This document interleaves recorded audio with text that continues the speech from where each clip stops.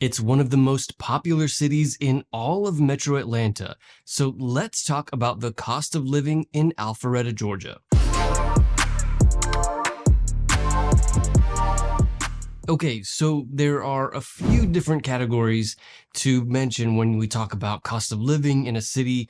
We definitely need to talk about how much a monthly mortgage would be in that city, but also things like transportation or groceries or utilities. So let's kind of break this video down into different categories and talk about each one of those and how they are related to the city of Alpharetta. When it comes to the cost of groceries in Alpharetta, it's pretty similar, I think, in many of the suburbs of Metro Atlanta, but Alpharetta is a little different in some ways. Like, keep in mind that the typical grocery store that you would find in Alpharetta is like a Whole Foods or a Publix. Like, there isn't really a whole lot of middle of the road grocery stores. Like, those kind of grocery stores where you can go and that the grocery bill is not going to be very high, like an Aldi or a Lidl.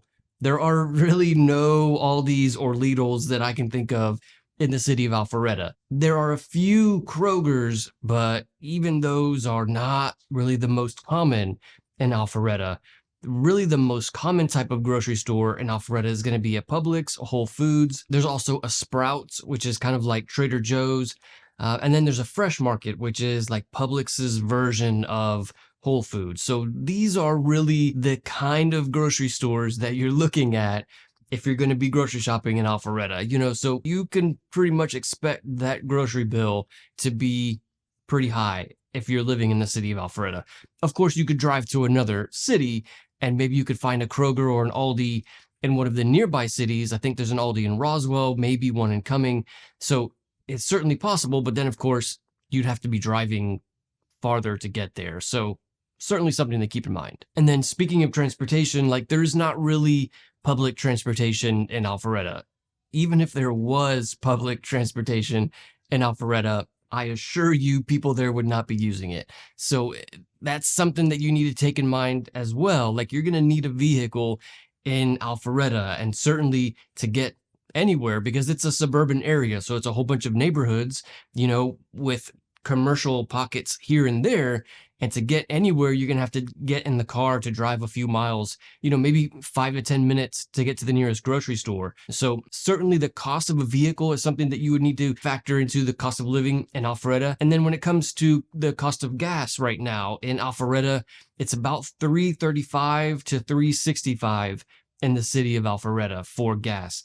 So that may be kind of higher or lower compared to where you live. I think it's kind of right in the middle of the road for cost of gas. Now let's talk about the cost of owning a home in Alpharetta. So we'll talk about the average cost of a home in Alpharetta, but we'll also break that down and see what a monthly mortgage payment would look like in Alpharetta. Right now, the average home price in Alpharetta is about $800,000, which is certainly one of the highest in all of Metro Atlanta. For comparison's sake, the city of Atlanta, the average home price is $500,000, and in the city of Marietta, the average home price is $450,000.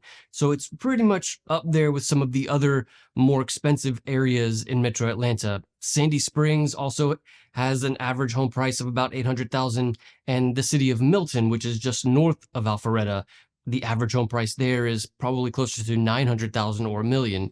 So Alpharetta, you're looking at about $800,000 for the cost of a home. When we look at that cost in the terms of price per square feet, in Alpharetta, it's $268 per square foot. To compare, in Atlanta, it's $285 per square foot, and in Marietta, it's $215 per square foot. So it's certainly going to be a little more expensive per square foot in Alpharetta, but of course, Atlanta, the big city, that's really where the cost per square foot is going to be the highest. A few homes that I have found currently for sale in the city of Alpharetta: 120 Denna Drive is a 3-bed, 3-bath with about 3,000 square feet. It's for sale for $800,000. Also, 1720 Broadwell Oaks Drive in Alpharetta is a 6-bedroom, 5-bath with about 3,100 square feet. They're asking $875,000. And 340 Villa Magnolia Lane is a 4-bed, 4-bath, about 2,100 square feet. They're asking $775,000. That last house is super common in Alpharetta. Lots more new construction in Alpharetta. And then a lot of that new construction, those homes really don't have very big lot sizes. So that last home is really a very common style of home that you find in the city of Alpharetta. Alpharetta is in Fulton County, and property taxes in Fulton County are about 1.15% of the value of the home. So for an $800,000 house, you're looking at about $10,000 for the year. And then homeowners insurance is certainly going to range a lot depending on the company and your deductible, all the different factors, but you're really looking at about $2,500 to $5,000 per year for homeowners insurance. If we break that down to about $3,500, I think that's pretty acceptable. $3,500 is what we can use for our example for a monthly mortgage payment. So for an $800,000 home with a 20% down payment and an interest rate of 6.8%, you're looking at a monthly mortgage payment, including taxes and insurance, of $5,297 per month. A lot of people would say that your monthly mortgage payment should be about 35% of your monthly income. So if we take that $5,200 monthly mortgage payment and divide that by 35%, we'd get about $15,000 per month is what you would need to make an income to afford a $800,000 home in Alpharetta. And then speaking of property taxes, property tax bill in Alpharetta and in Fulton County usually comes out in about October. Keep in mind too that property taxes here in Metro Atlanta in general are going up significantly every year. I know some states like California, they have some kind of law where property taxes can't go up more than like 1% or something every year. We don't have that here in Georgia. They don't have that in Alpharetta. So property taxes are going up significantly every year.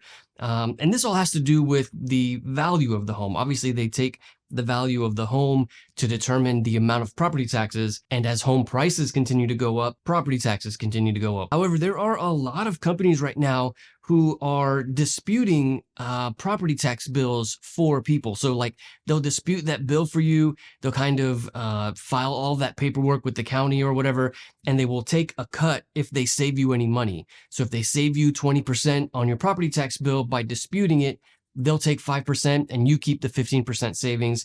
It's a super helpful resource. If you want more info about those companies that dispute property tax bills, let me know. I'll put the link in the description. And then when it comes to utilities in Alpharetta, whether the home has natural gas or is all electric, you're typically looking at about $200 to $300, maybe $350 per month for natural gas and electric bill. And then for water, I suppose that ranges a lot as well. Maybe $50 a month is about what you would expect for a water bill in Alpharetta. And then cable and internet, those companies just commonly run all kinds of ads and all kinds of promotions for getting lower internet. I think a normal amount for cable and internet in Alpharetta would be about $100 a month. So I hope that breakdown of monthly expenses in Alpharetta helps out with your decision about whether or not to live there. If you want to know more about what it's like to live in Alpharetta, Georgia, check out this video. I'll see you there.